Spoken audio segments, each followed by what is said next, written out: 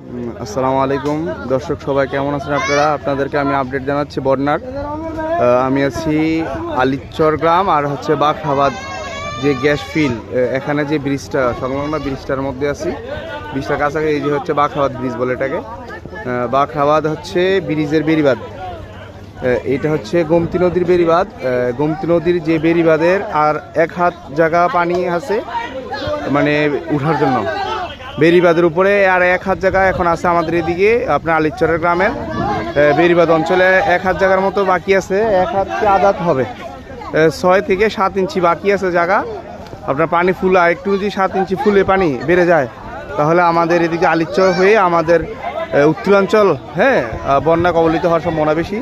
এই জন্য আলিচর প্লাস এদিকে আপনার সোনাপুর, তারপরে গোড়াশাল, তারপরে হচ্ছে আপনার আমাদের মুরাদনগরের কিছু অঞ্চলের ছেলে